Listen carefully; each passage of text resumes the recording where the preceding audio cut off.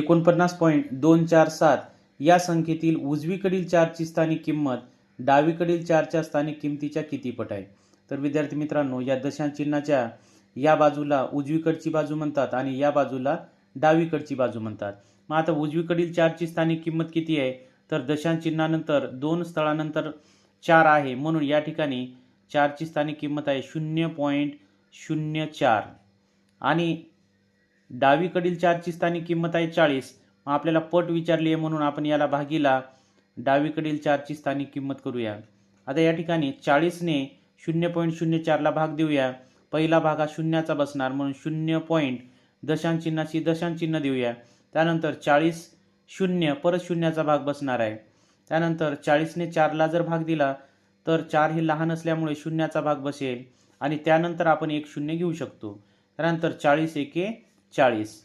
आता 0.001 हे उत्तर मिळालेले आहे. यालाच आपण अंशामध्ये 1 लिहू शकतो आणि दशांश चिन्हानंतर 3 अंक आहे म्हणून 1 वर 3 शून्य ठेवूयात. म्हणजेच 1/1000 अशा प्रकारचे उत्तर मिळणार आहे. आणि याला आपण घातांकाच्या रूपात आपण 10चा घात वजा 3 अशा प्रकारे लिहू शकतो. म्हणजेच याचे अचूक उत्तर आहे पर्याय क्रमांक डी, 10चा घात वजा 3.